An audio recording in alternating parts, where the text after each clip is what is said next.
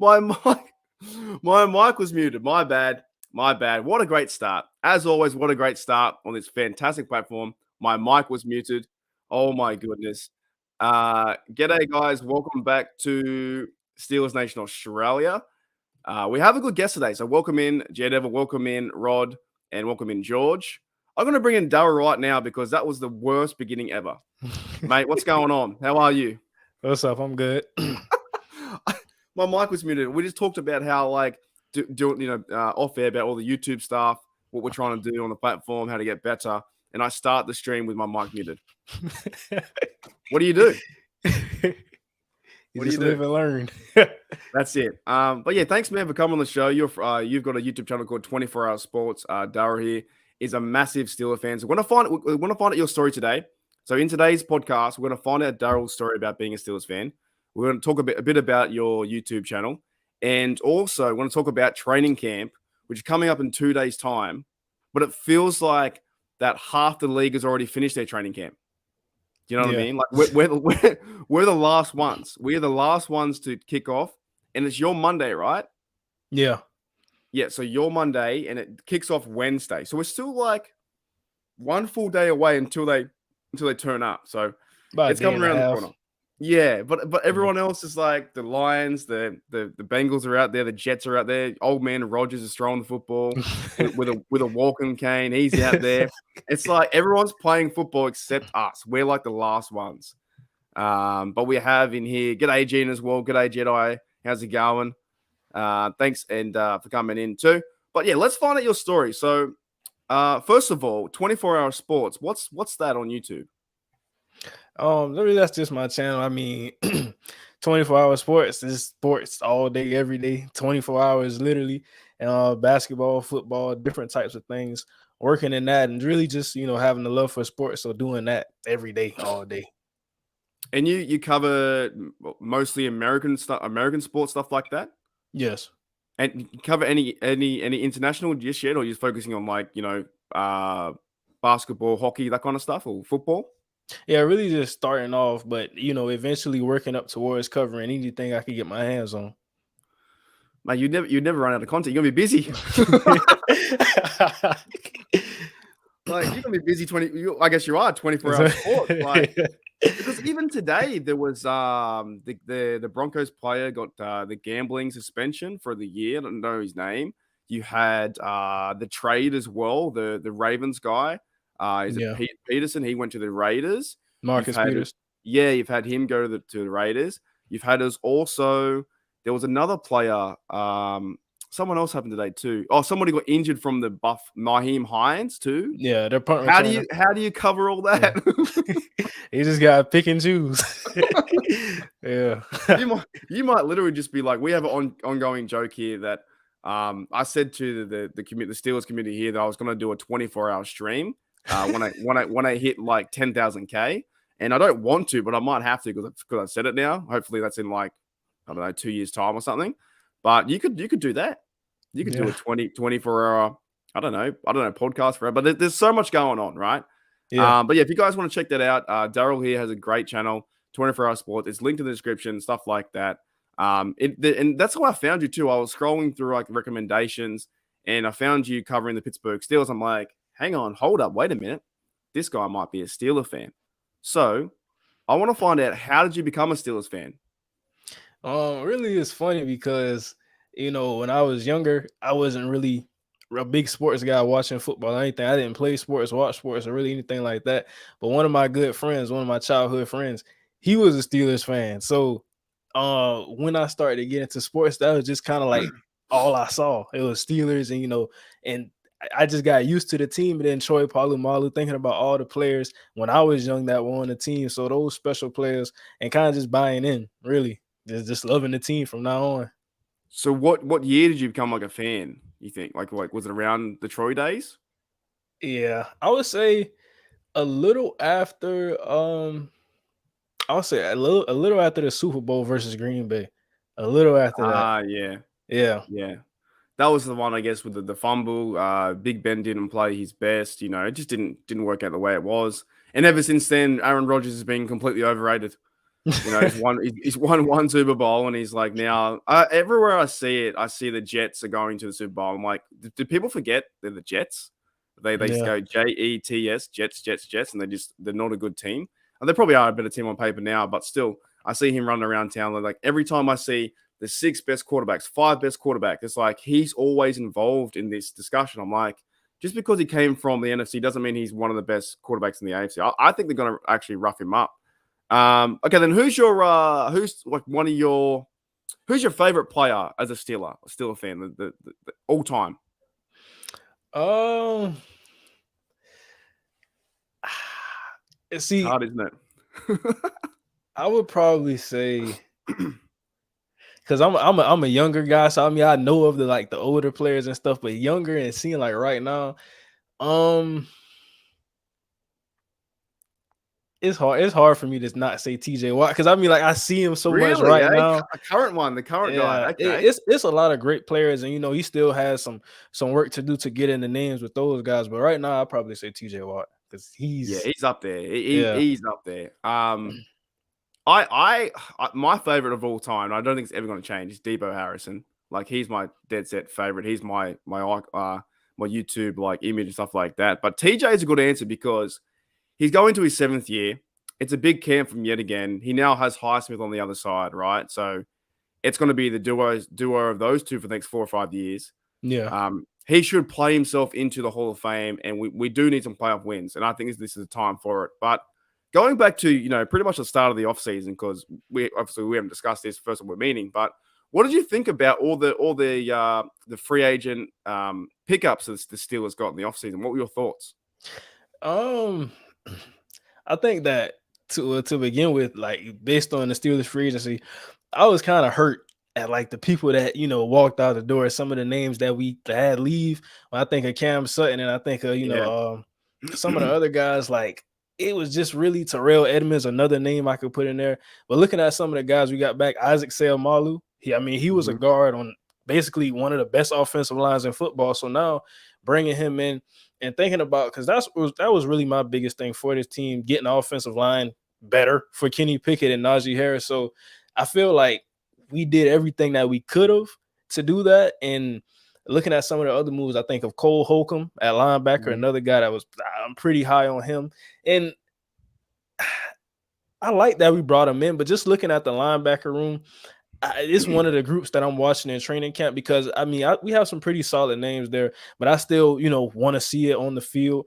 And looking at the secondary, brought in Patrick Peterson, a veteran. Right now, I don't know if I wouldn't say he's the same player that he was, the Hall of Fame guy, but I do think with the young corners we have, he can be more of a mentor and still help with some of those reps.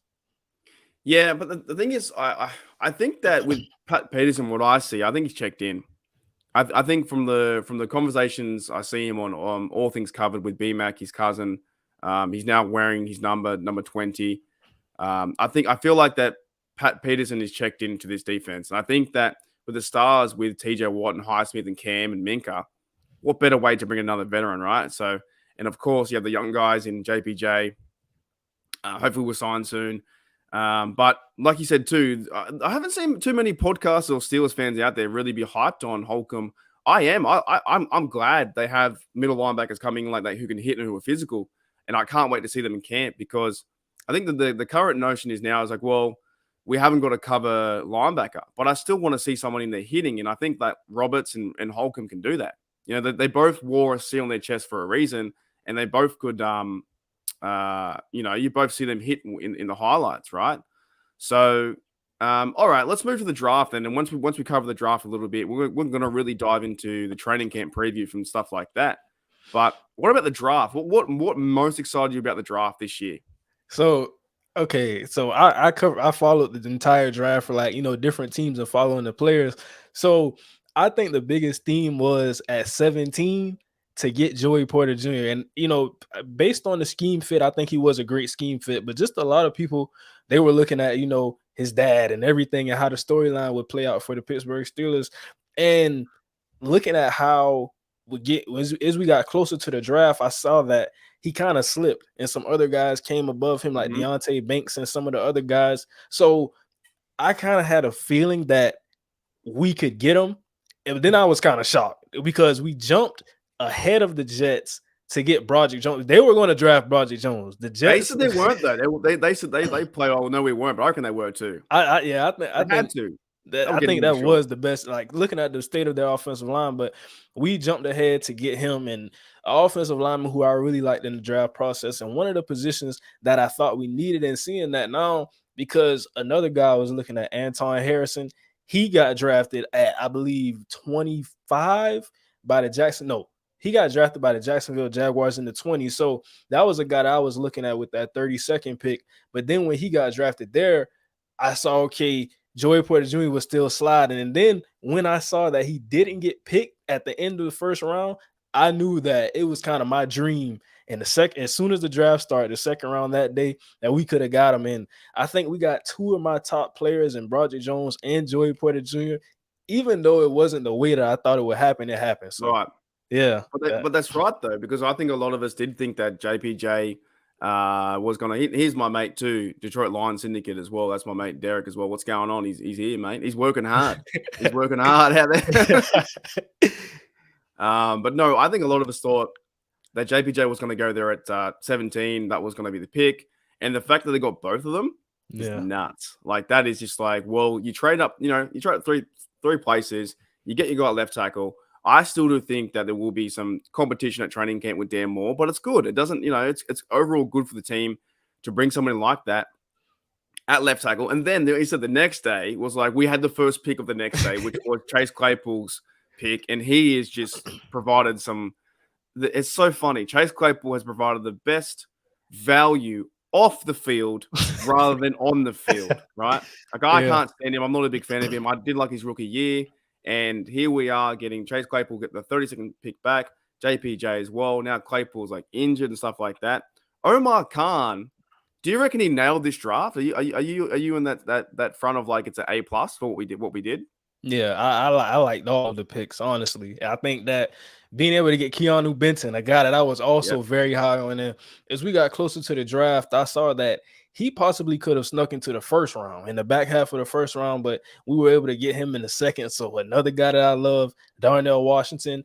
Some people are split 50-50, but I think that having Pat Fryermuth, and now he's not the guy who we're just leaning on, he's being that second tight end. I think that he can be also special. So and then, I mean, all of the picks really, like I said, just a great draft to me.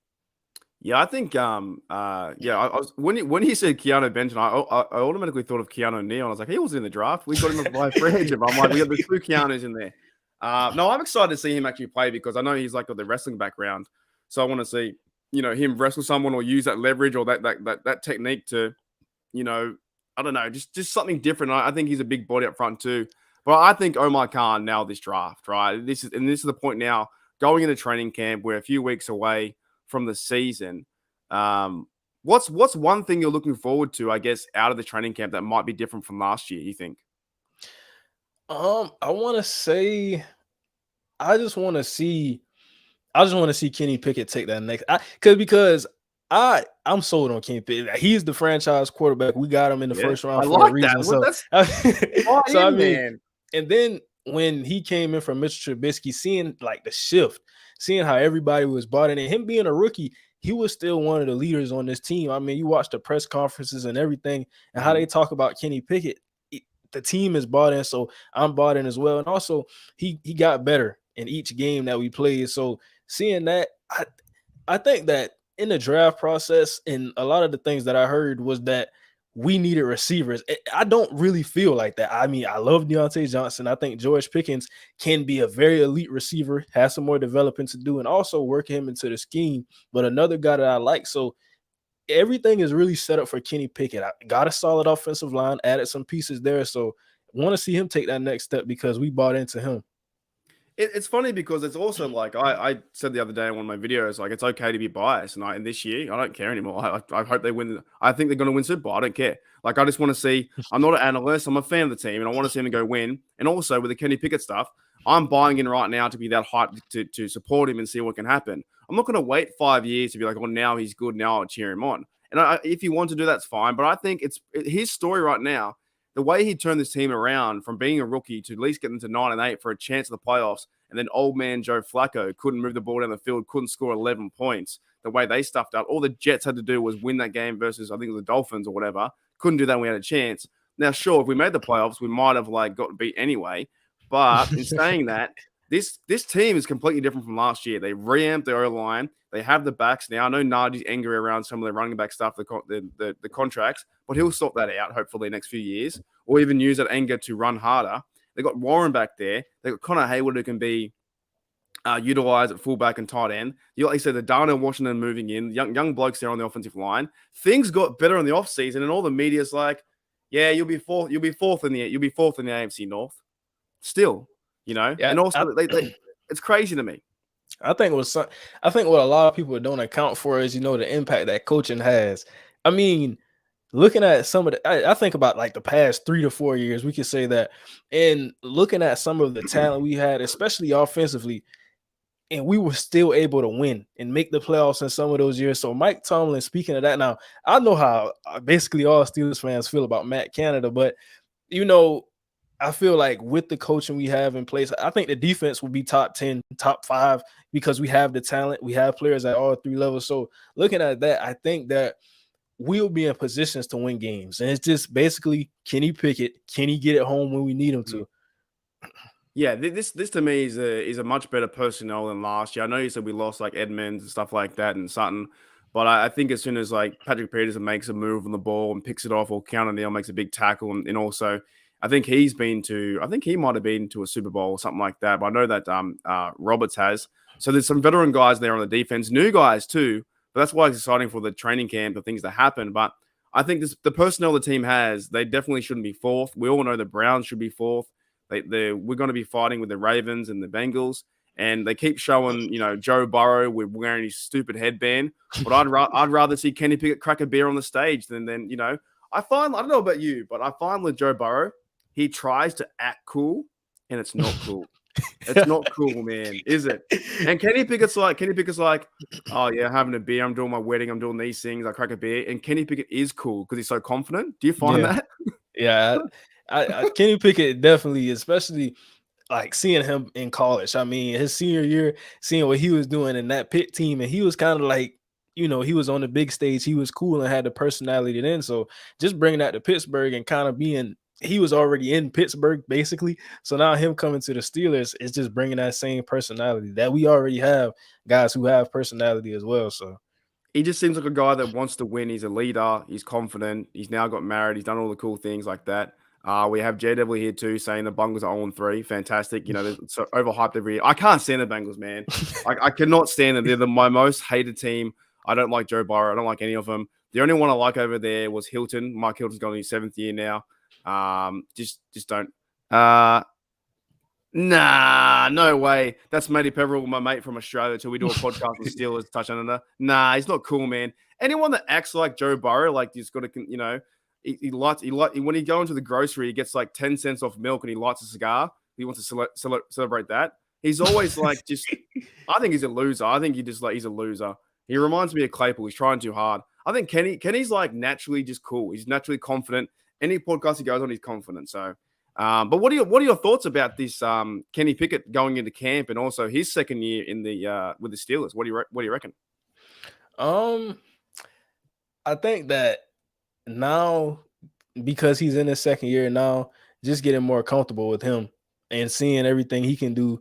Because in the first year, I felt like, it was kind of a condensed scheme because he's still a rookie. So now he's a second year into that playbook. Everything's going on. More chemistry with the receivers. I truly believe that with everything we have around him, he's a guy, all he needs is the pieces. And I think that now we have the pieces. I look, like you said, Jalen Warren, Najee Harris, looking at the receivers. I mean, we brought in Allen Robinson as well. So some of the things that we can do, I don't know what the actual ceiling is for Kenny Pickett, but I do think that he's going to lead us to wins. I mean, it may not with Kenny Pickett. I don't see a guy, who's always going to light up the stat sheet throwing for 300 and 400 yards. But I think he's more of that gritty kind of quarterback. He's going to scramble the ball. He's going to throw the ball. And it's really about our defense getting us into positions, which I think they will. And now Kenny Pickett sealing it and bringing it home. I'm gonna put a new metric out there. We always talk about the ceiling, right? I'm gonna put one out there saying, here's my evaluation of Kenny Pickett. At least he's not Jay Cutler. No. That's what I'm gonna say. Like, why do we always put a ceiling on these players? Like, in reality, watching Jay Cutler be that emotionless playing football, like, why can't we say that? At least he's not Joe Flacco. Like, I just the ceiling stuff. I kind of get it, but we're trying to figure out what he's done before he's even done anything. And I still Yeah. think like the second year jump is going to be. It could just be 20 TDs and maybe hopefully like 9 interceptions or 10, win some games, go down the field, run the rock a bit, and just take command of the offense. So I know all the analysts out there are like, okay, he's not a future star, he's not the franchise, but he very well could turn into that. He very well could turn into, if you go into this season and we go to the playoffs to win a game, and it's like, wow, this is Kenny's team. But it kind of feels like Kenny's team already because the guy you just said, Robinson, he's checking in. I saw him giving real positive comments about Kenny putting the ball on the money. George he's checked in. Jonte, they have a good relationship. They're going to work things out with the playbook, and then that being the Matt Canada stuff too. But I just get like I find we finally have something, and you and I talked off air before, right? There's a difference now from this era being Big Ben the last 2 years. I love Big Ben, what he did, 2 Super Bowls, this kind of stuff. But it felt a bit stale near the end where he just wasn't getting things. He tried his best. Yeah. It wasn't moving. We now have a younger quarterback in a fresh offense with a new offensive line, much better than the days when Chase Claypool was pointing down the Watsy and then Trey Turner and him are fighting, and Trey Turner called him out, right? There are things moving in the right direction. I just think and even Charlie Batch, I think, referenced that he looks like a younger Ben. So, and we always compare players, but I reckon just let Kenny be what he is Yeah. and see how it rolls. But what about some of Kenny's targets? Who's one of your receivers you want to look out for, you think, in training camp or going into the season that's going to be like the guy to focus on? So honestly, I might shock you with this one, but everyone knows about George Pickens. We expect him to be a very good receiver. Deontay Johnson, we expect him to get back to the Pro Bowl, but I think Calvin Austin and True. seeing him, he's not the biggest guy, but he's very fast. He can run routes. So I want to see what we do and how we implement him into this offense. Now, of course, with Allen Robinson and some other guys in training camp, he's going to have to prove himself all over again, but he was injured. So now, getting back healthy, looking at what he can do, I think that he's going to be a guy who's used in a variety of ways. Now, like we just said with Matt Canada, it's going to be up to him to call the plays and to be able to use him the right way. But I think that he has the talent. We just have to put him into the right position. So one of the guys I'm watching that I really haven't heard anybody talking about. Now, I think you said in the behind the screen too, right before, you said you played a bit of football when you're in college and stuff too. What are your thoughts on what this playbook may be with Canada? Have you looked into it that in a football sense? Yeah, I looked at especially the offense, and I think that the biggest thing is with the first thing is it's predictable. And that's Yeah. the word, that's the worst thing to have with the offense. So, like a lot of offenses, we see a lot of jet motion and things like that. So we saw a lot of that in first down, and basically we would run the ball when we knew that sometimes some of the teams we were going against, we weren't going to have the success that we wanted to run the football. We still kind of ran it into the ground, didn't get anywhere, and then got Kenny Pickett, got Mitchell Trubisky into those third and long situations, which we weren't really built to succeed in at that point in the season. So now I think that the biggest thing is having new guys on the offensive line, like Isaac Seumalo, Broderick Jones, who I think is a better run blocker right now than he is a pass blocker. I think that Najee Harris, I'm really putting a lot of hope into Najee Harris, Jalen Warren as well, but we want to be a running football team. I think we want to be a running football team, and then using those weapons it's not going to be predictable. We want to shake things up, and when you least expect it, now we're hitting a Calvin Austin, or now we can hit a George Pickens, a Deontay Johnson. So that's what I'm looking at, trying to get away from the predictability, and also in the passing game, some of the route concepts. I think some of the route concepts, when we go against certain coverages, is that it's to the point that now, especially when I watch it on film, is that we got guys running the same side to the same side of the field. We got guys against certain coverages. It felt like we didn't really know what coverage looks we were getting at sometimes, because we're going against cover 2 and then we're running routes which cover 2 covers all of the routes. So now Kenny Pickett, he's in a position where he has to bail. And then we knew the offensive Right. line, they struggled to pass block at times. So looking at all of that, it wasn't really built to help our young players succeed. But I mean, we still got Matt Canada. So this is a guy that we're still dealing with, but hopefully he understands these players' strengths and weaknesses and can now work more towards the strengths this season. Well, what I don't get is like he's had like what 9 months off, 10 months off to work on his craft to get better. But you said you played football before. What position did you play in college or high school? Linebacker. Linebacker. Yeah. You want to give the Steelers a call and jump in and see what happens? Yeah, depending on how the season starts, I might have. Like, how is that playing linebacker? Is that like a one of the funnest ones to play? Like Yeah, positions to play? it's really a mental position. Honestly, that's like, you see, I watch a lot of film and get into stuff like that, and that's coming from playing linebacker, because with positions like that, you think of the quarterback on offense, you think of the linebacker on defense, and it's like you have to know everything. You can't just know your position. Like maybe if you're a corner, you're playing man coverage, you have to be good at covering your man, but you're playing linebacker, you got to know defensive line, you got to know the secondary. So it's that type of thing. And looking at, watching more film and getting more into that now, just the love for the game. I feel like when you see one of these come across the screen, jet sweep, you're eyeing down the guy with the ball carrier ready to tackle him, right? You see that jet sweep across there. Because you make a good point too, because they did start running the football much better. But I heard a stat the other day, I think it was on Steelers radio, Nation Radio, that one of the analysts there said that the Steelers ran the highest amount of jet sweeps was 10%. 10% of their running plays was jet sweeps. Yeah. So as being a defender you are, when you see the Matt Canada tape, when you break things down, you're saying it's way too predictable. When they move one player to the other side, you kind of know what to expect that play is going to be.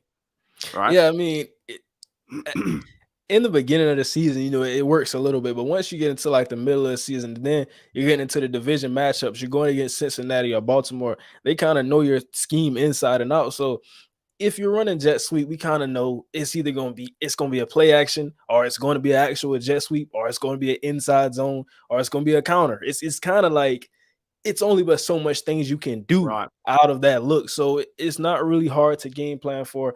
And like I said, a lot of the teams we see with good offenses use motion, but it's not all jet motion. It's sometimes motion in tight ends and fullbacks and things like that. So like you said with Connor Hayward, another versatile guy, getting him more involved, using him as some of that eye candy to throw off defenses, and just, it's a lot that we can do with talent that we have on offense. So I guess I gotta trust Matt Canada. We're at that point now. We have to. We have to. Yeah. And I was yelling fire kind of last year, and even I saw certain things. I'm like, well, why are we doing a shovel pass at Gentry, or why are we running on 3rd and 14? We're doing this certain play, and it's all like a run or a jet sweep, and it's like it's not going to work. Or you'd have out there Gunnar Olszewski taking on the big tight end, not tight end, like defensive end or something like that. Just different things like that. You'd see, you're like, well, what? It doesn't obviously work. And then I come back to, and I will give him, I will try my best to rally behind Canada. But in the years previous, he got 22 points per game. Then it went down to 18. If it gets any worse, this is it. And it falls on the coaching, it falls on the organization, it falls on Mike Tomlin, falls on everyone saying we'll give him a chance. But there's something about Matt Canada's he doesn't say that things are going bad. He just keeps on. He keeps on, I guess, doing what he's doing. Like he just keeps on.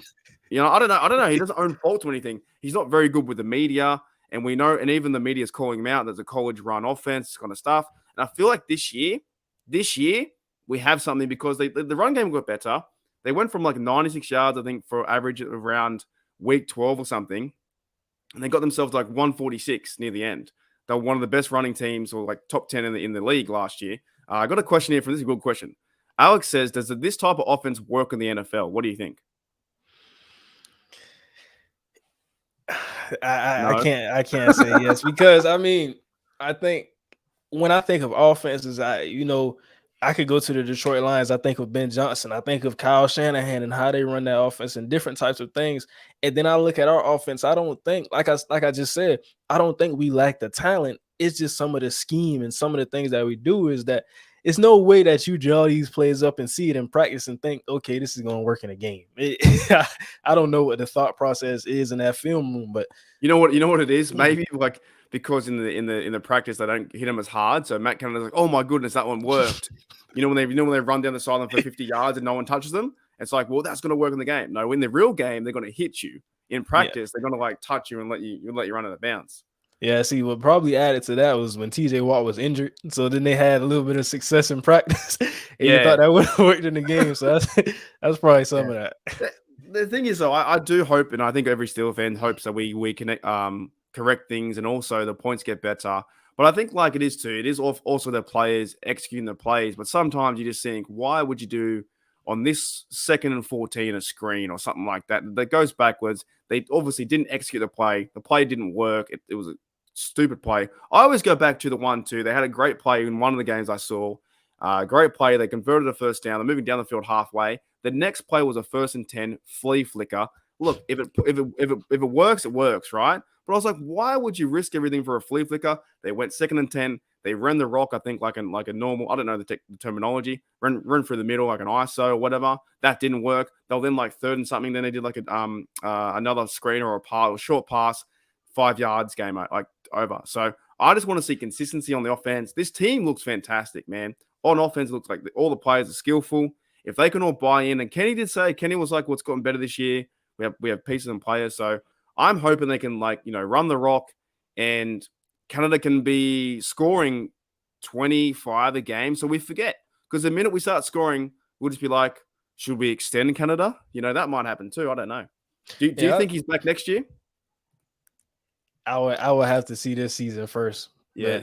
But if this season, is the same offensively, then I can't see a scenario in which he is. But, with how he has performed so far, I think that it's hard to say cut him some slack, but I do think we have to look at the fact that he did have a rookie quarterback. And if we're trying to push the ball down the field or be so creative to now where we have a rookie, because when we brought him in, replacing Mitchell Trubisky, I think that if he starts to turn the ball over, and now we're looking at Kenny Pickett, and people are all saying Kenny Pickett, he's turnover prone. He can't throw the football. He can't make reads against defenses. So it's kind of in that first season with the rookie, you gotta be a little bit conservative. But now, I mean, Kenny Pickett's in his 2nd year, so it's now I want to see stretching the ball down the field and those different types of things, because he's not a rookie anymore. So we can't use that excuse for Matt Canada. We can't use that excuse for Kenny Pickett as well. So some of the different things I'm expecting to see, like, we see a lot of quarterbacks with that sophomore jump.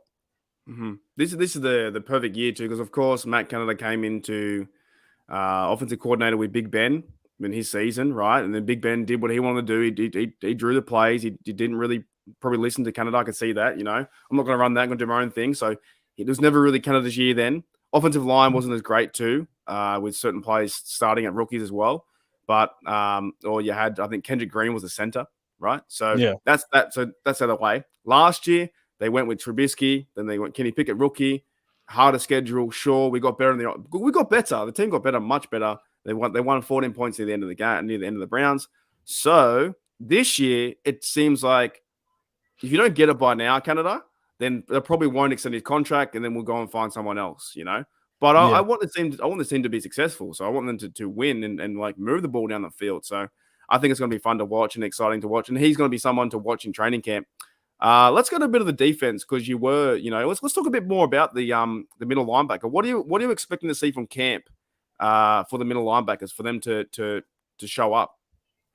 I think that if I had to talk about any position in which I had questions for, it would be the middle linebacker position. Like I said, I like Cole Holcomb coming in, but then behind him, I look at some of the names like Tanner Muse, a guy at Clemson. Then I look at Mark Robinson, and with Mark Robinson, I think I've seen flashes out of him. So he's a guy that I'm really interested in. And then he landed Robert. So kind of, and I think you can agree with this, we've been trying to hunt that franchise middle linebacker, because traded up to draft Devin Bush, and I thought he was that guy, and had the good rookie year, and then the injury. I think the injury with Devin Bush threw a lot of things off. So I could confidently say now we're still hunting that middle linebacker, but we got some pretty solid guys who can play in this scheme, and they may not be elite level middle linebackers. We still may hunt that position in the future, but some pretty solid guys right now. Like I said, my biggest position that I'm watching in training camp. That's like when Shazier unfortunately went down, things kind of went south from there. I think Vince Williams was quite a big part of this team too, as a Yeah. veteran guy. I used to love watching Lawrence Timmons. He's one of my favorites too, man. He just knocked people out. He was great to watch. But you're right, we haven't really had that. Devin Bush was there, great rookie year, got TDs and whatnot, right? He was doing things, and then he got injured, and then just the next minute, it looked like he was playing two-hand touch. Just like this. It was like the third person in going, "Hey, here you are." So he's now gone to Seattle, so maybe you might thrive over there. But they end up getting rid of Spillane. He did his job, but I liked him. yeah, but he hit him pretty hard. I like the way he hit. Yeah, but he was forced into like a starter. I don't think it was a starter, right? yeah. Yeah, that is kind of like when you struggle at that position. Some guys who may be good depth pieces, now they're forced to get a lot of snaps, and that's kind of what we saw. Hopefully, we can get at least two guys who are comfortable with starting. I think Cole Holcomb will be one of those guys, but I want to see who that second guy is. Who's your favorite middle linebacker in the NFL, like that you've watched current or because you've played Fred, the position? Fred Who? Warner, Fred Warner. Fred Warner. Is he the Yeah, 49er? yeah. Why is that? What is he? I can't remember his stuff. Is he in the NFL now? Is he recent? Yeah. Is he? Yeah, he's probably the best in the game. Well, he is, to me, he's the best in the game right now. But as far as why I like him, I think that he just does everything perfect. Oh, that dude. Okay, yeah. So I mean, in looking at that scheme, he can cover, he can run, he can hit. He does literally everything for that team. And a lot of people think about Nick Bosa, but he's one of the players that I think drives that defense. We're gonna play Fred Warner in the week 1, right? Yeah, we're gonna play. So how are we gonna beat Fred Warner? I think the best thing you can do is kind of like I said, what we have to work on is being unpredictable, because there's times, when it's not often, but there's sometimes you can catch Fred Warner off guard and just really being physical with him, because when he can run and cover, sometimes when we see linebackers like that, that does mean that they lack some things as far as physicality. Now, he doesn't lack physicality, but with Isaac Seumalo, some of the guards we have, we get our hands on Fred Warner, we'll be pretty good in the run game. Right. All right. So what about some other guys going into camp? What are some other maybe some position battles you're looking out for coming in the next 2 days? I would say really kind of corner. Well, with the combination of young guys and some of the guys that we lost. So really looking at that position, I think a guy that I was talking about, Joey Porter Jr., I want him to be, it's early, and we know that sometimes with young cornerbacks, they do struggle in the secondary, but I want him to be, I'm kind of setting that bar and that expectation to be one of the best young corners, at least rookie corners in football this year. I'm expecting that out of him. You think he's going to play a lot though? He's going to play into the defense? I think we have to see how training camp goes, but I mean, hopefully, if anything, it'll probably be he's kind of splitting reps to start the season, and then as he gets more comfortable, works on some of his things, then in the middle of the season to the back half, then he'll really be that key guy that we're counting on. What about J-Devil got here, Moore versus Jones, another one too, left tackle position. Yeah, see that. I think the biggest thing is I like Dan Moore. I really do, and I think he's all right. Yeah, and then when I look at Braxton Jones, when I look at Broderick Jones, when I look at him, I think that the biggest thing is he's a great run blocker right now. I think we can say that, but as far as technique, he kind of has a long ways to go.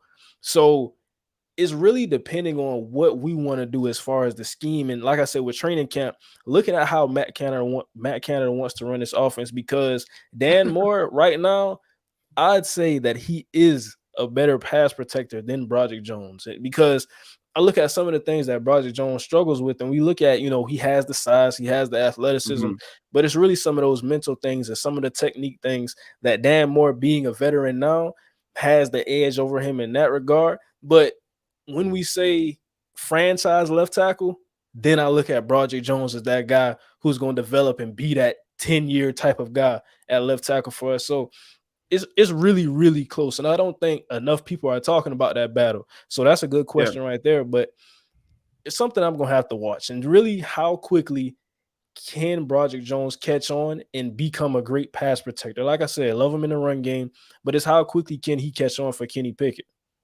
To me, is there any rush to start Jones though? I'm kind of happy to if Denmore starts and he knows he's been playing 2 years in a row, Yeah, in his third year. I don't think it's a rush. I mean, he's a first round pick. So, we have the 5th year option. We have all of that. And then also adding to that, we're probably going to, once he gets better, he's going to be that franchise guy. We're going to extend him, hopefully, and everything. So it's no rush. I mean, what's, a couple games compared to 10 years? So we want to get Yeah, him as prepared as he can to get on the football field. So, like I said, I do like Dan Moore. I'm not rushing at all. yeah, but the minute that Denmore makes one mistake, Everybody's going to see Broderick. just one like one, missed assignment or something, or his hand gets moved and it gets beat, and it's like, oh, Denmore sucks. And then Yeah, I think they're going to start Denmore. I think as well throughout the camp, they're going to start him, and then but if they start Jones on fine, I just don't want to see Jones go into the week one and might be the reason that the Niners take advantage of a rookie. And I know that he's a good player, a skillful player, but to me, it's like it's his first game, Heinz Field. It's the 49ers defense. More's been doing that now for 2 years. He's got the experience there. I would go with a more of an experienced guy first because you don't want to see like Jones get the confidence, beat out of him. That's just my take anyway. But I think More's going to win it. And then, like you said, Moore can be there for now and Jones in the future. Yeah, I think that's a really good point you made about confidence because, I mean, I think of some of the offensive line we've seen taken very highly, and I think about Evan Neal, the tackle who got drafted for the Giants, and how he was that draft pick out of Alabama, drafted him very early, but he struggled. And I think that we don't have to watch Broderick Jones struggle because, like you said, we have a guy in Dan Moore. So now, week one, we're going against a very good pass rushing team in San Francisco. So I wouldn't have a problem if we start Dan Moore in that game. And just looking at how he's been with the team, he's been in this scheme, and like I said, he's a little further ahead in pass protection. So that type of thing that I'm looking at and watching. But as far as when Broderick Jones will be ready, like you said, Dan Moore makes one mistake, and a lot of people are saying we want to see Broderick Jones throw him out again and all that. Mate, but it's in a heartbeat. But then I think adding to that, when we throw in Broderick Jones and he makes 3 mistakes, and now we're saying, what do we do at tackle? So they'll say bring back Dan Moore. That's what happens, to me, it's just more of the experience, right? Dan Moore's been there 2 years, and he knows more of the playbook, and he's more ready for that position to go into week one to be the starter. And I think that he's going to carve out that role. Whereas Jones is still learning. As even Kenny said last year, the rookie year was different from this year being the second year. You have more time because they're going through all the combines and all that stuff. They're getting going for the draft. It's really exciting. Do you really want Jones to start the left tackle and be a lot of pressure on him, or do you go with a guy who knows what to do for this offense? I more say if they win the battle, if Dan Moore wins the battle, you go with Dan Moore.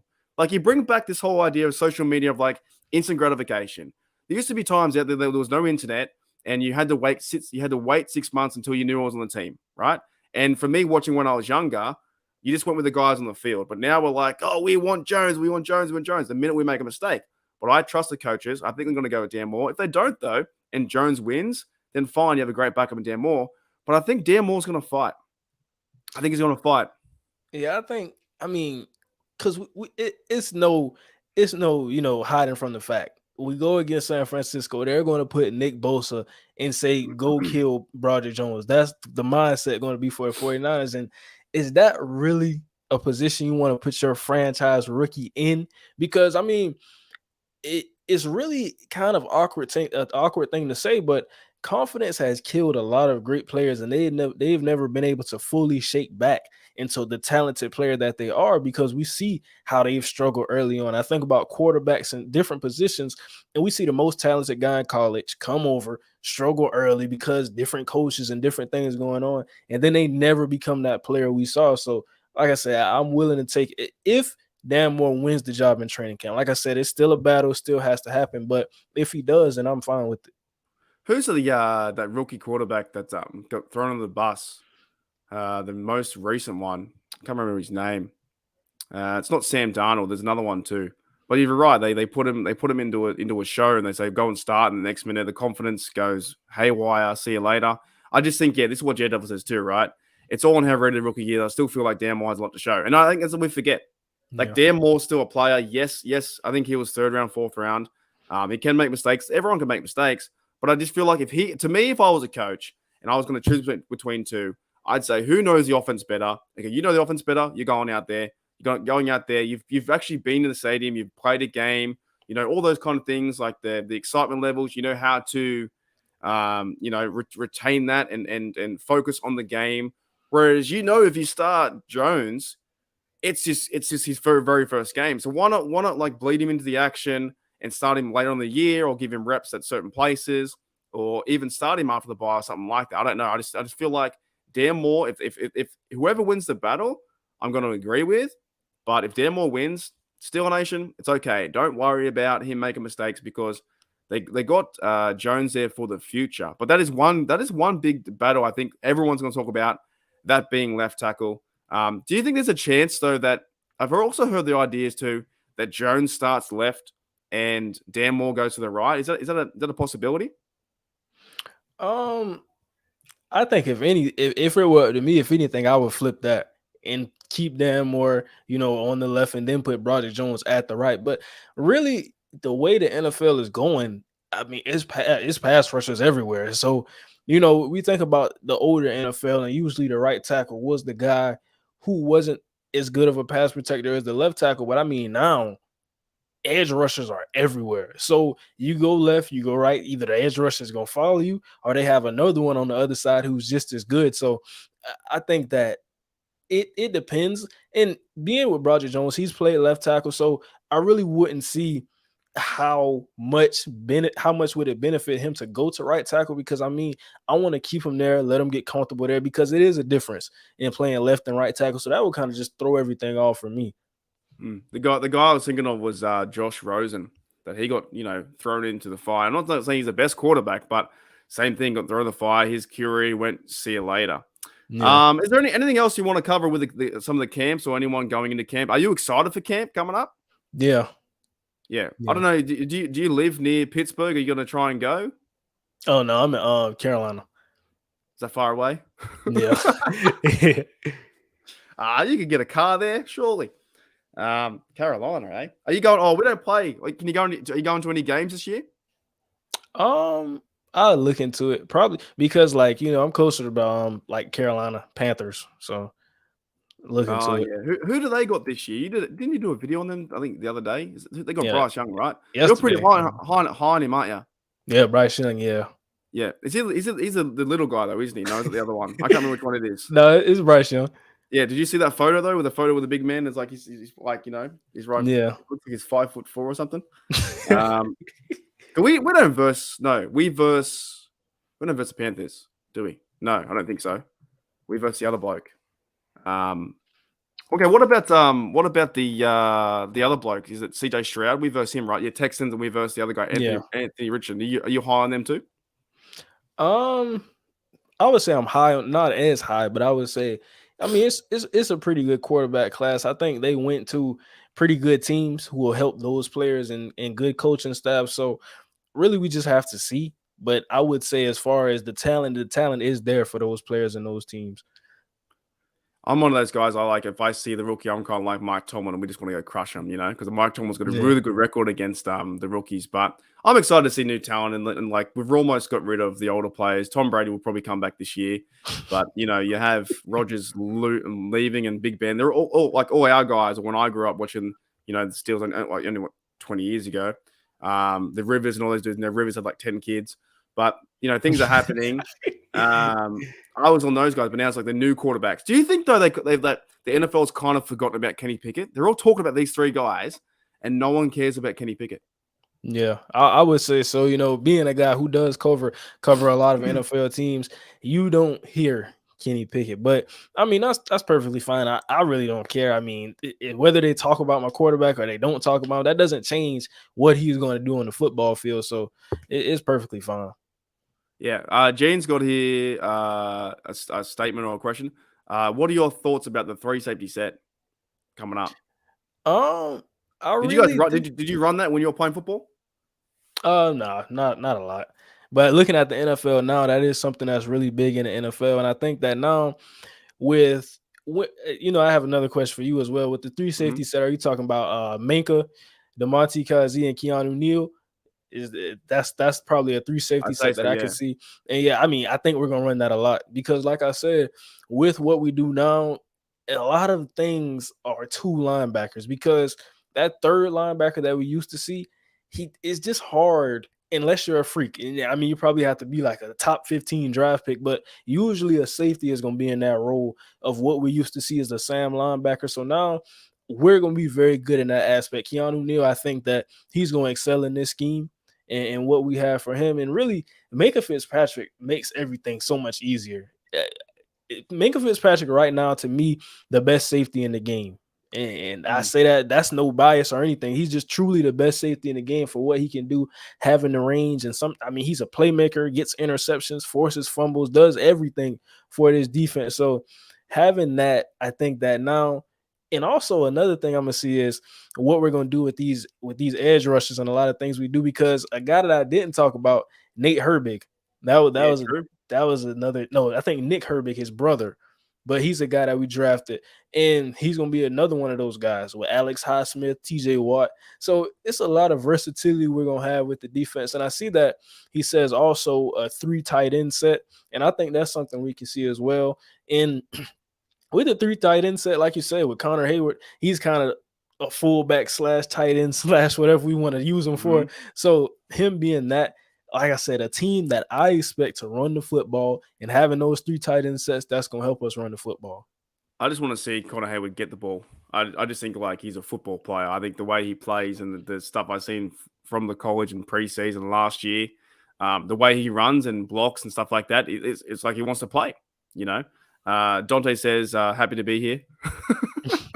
That might be one of the best sound bites I think that was from the Steelers. Nate, I'm happy to be here, Herbig, and then his brother was doing it too. We have another question here from I don't know what this means. Do you get this? Does Riley? Oh, that's Elijah Riley. Does Riley beat out Sullivan for the cornerback, the slot corner? Is that a possibility? Um, I think that's a tough question to kind of answer right now. Like I said, a lot of the things as far as battles and what I'm looking at, I want to see with training camp. So that's something I'm also going to be watching. But when we talk about that, as far as saying it's gonna truly be interesting because will it be that third safety who's kind of playing the slot corner, or will it be actually a corner who's kicking into that slot corner? So something I'm gonna have to watch, and we got a lot of guys who could fill that position. So You know what I should have done? I should have done this podcast in 2 weeks because then we would have had all the answers. You know, it would have been like what happened because it's still 2 days away. Still 2 days away from camp. It's coming up. Here we go. Here's a question from Toddy, Pittsburgh Toddy 86. Do you think Mason will be traded for? What? I only read the half of that, and I didn't read the other half. Do you think he'll be traded for bricks in a bag of cement? um, I think that's a little bit too much for him. Yeah, he might be. I don't know. I'm okay with him because he's playing quarterback 3 and everyone still hates him. I'm like, if we see quarterback 3 and Mason in the game, there's a problem. There's a problem. We've lost Kenny and Trubisky. So that's funny because I was reading that and then I didn't read the last bit. So that was my bad. But a good one as always. Oh, here's a good question. So I need to go make some lunch soon too. Best barbecue in Carolina. What's the best barbecue down there or up there, wherever you're at? um, that is a good question. You Honestly, guys have like I had it once when I was in Texas. You have like it's the ribs, right? The brisket, yeah, stuff like that, right? The yeah. the coleslaw, all that kind of stuff, isn't it? It's like I went there, right? I had no idea what to do, and I had to like ask someone to help me because I saw a big board, and it was like I was in Subway, like trying to order food, and they're like, "Oh, you're not from around here, are you?" I was like, "No, I'm from Australia, man. What do I do?" It Yeah, was good though. It was great. yeah. Honestly, there's so much to be honest. I probably couldn't answer that question, but I would say, kind of a cop out answer. All of them, all of them are the best because I mean, You know what? everywhere. You know what What'd I you say? was told? what I was told when I was in Texas? They told me to go to the poorest looking place that made the best barbecue. They said the kitchen that looks like that's almost failing is the best one. And I was like, Yeah. why is that? Because they have real heart. And I was like, we found one too. He showed one of the guys at the hostel showed us one of these ones. I was like, it was fantastic. It was awesome. Like it was around the corner from all the restaurants and stuff. Went around the back and I was like, it was great. I didn't know what I was eating, but I had like a lot of meat. I got the meat sweats. You know, when you get the meat sweats, you're like, oh, just like, oh boy, and you're getting all like hot. And you just like, yeah, I had so much fun in them. So you say anywhere in Carolina? Yeah. Okay, let me move on. Did we ask Daryl about the Steelers regarding JPJ? What do you think? What are your thoughts on JPJ? He hasn't signed yet. Yeah, I was looking into that situation, and I think that the biggest thing that I see, I mean, really the only answer for me is because he was the 32nd pick, and we know in a typical draft that would have been a first round pick. So I think it's kind of that and dealing with some of the money things. But I mean, looking at the date, we don't have a lot of time. So I mean, either his side or One our day. side, yeah. So somebody has to buckle. But like I said, if you were a first round, and think about it, because the Miami Dolphins had to forfeit their pick, but if he was just a pick earlier in the draft where we had 31 picks in the first round, I think that he would have gotten that extra year with that 5th-year option and some more of that guaranteed money. So that's probably what he's trying to get, because his argument is, it says I'm a second round pick, but I'm really a first round pick if we truly look at how everything played out. So yeah, because he's the 32. What team? One of the teams gave it away, right? Or they got fined or something. the Dolphins, they had to forfeit their pick. Why'd they fall for their pick again? I can't remember. I think it was I think that's when there was a situation going on with Brian Flores and some of the things in the front office. Okay. Yeah, so they gave away that pick, and then now it does make sense, but I guess, and you know what though, because obviously we don't know what the Steelers are saying or what he's saying. No one's come out and said anything, so it could just be, I don't know, maybe they're trying to sign a bit of a contract where Joey Porter Senior plays as well. Maybe they're trying to free a roster spot where if my son's playing, I'm gonna come play at middle linebacker too or outside linebacker. Could you imagine that, JPJ out there, mate? I think we should make that happen. What are your thoughts? What are your thoughts on the greatest celebration of all time? Do you remember when William Gay ran the back for the TD and he did the dance and the thing? Do you remember seeing that? Actually, I don't. You don't remember it? I probably lose points for that one. I probably haven't said that well enough. There was a TD where it was versus the Bengals, right? The Bengals versus Steelers versus Bengals. William Gay ran back the TD, pick six, run it back to the end zone, and they got fined or flagged on the celebration. If you type on like Steelers longest celebration, and remind you after the show, you'll be like, oh right, it's one of the best celebrations of all time because the team celebrated with William Gay.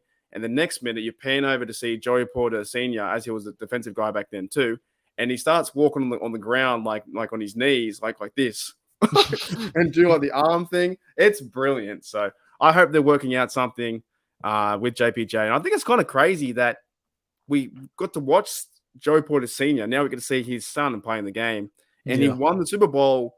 He's got pictures of him on the field with his son too. So. We might start to wrap it up soon as well. But anything else you want to add to this podcast, or for people to be excited about the Steelers? Can we win a playoff game this year? Yeah, I think like I said, the biggest thing is just actually trying to get there first. Once we get there, then it's kind of all bets are off, everything's on the table. And like I said, this is a defense who I expect to be elite. I mean, we just paid Alex Highsmith, and we still got TJ Watt. Hopefully he can stay healthy this entire season. We still got Cameron Hayward, Keanu Benson, a rookie who I'm looking to impact. So I'm expecting an elite defense. And now it's just on the fact that so many things fall on Matt Canada. Like I said, it's kind of awkward that a lot of our hopes and dreams kind of lie in the guy's hands who a lot of people aren't happy with.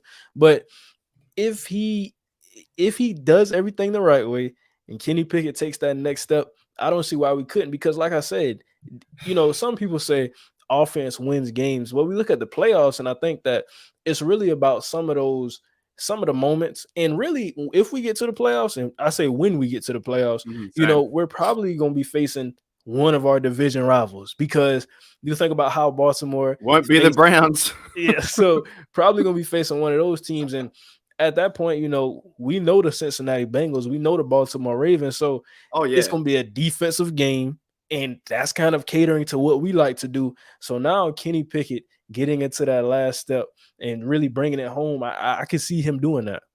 The thing is with the division right now, I think we'll sweep the Browns. I think the Ravens we might sweep too. We've won 5-1 the last 3 years. The Ravens really hasn't been a competition. It's been like a good game, but we've won most of them. And the Bengals are more the new rival now. But I agree with you. And also to a certain point too, I'm kind of sick of saying Matt Canada.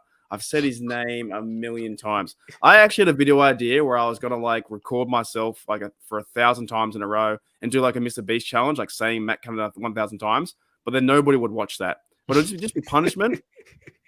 Be a lot of punishment from me just to all myself, because I do think he's one of the piece of this puzzle where if he doesn't put together a good scheme, good plan, a good execute the offense, then you have all the skillful players. And I get that it's players and coach, and they got to both play together.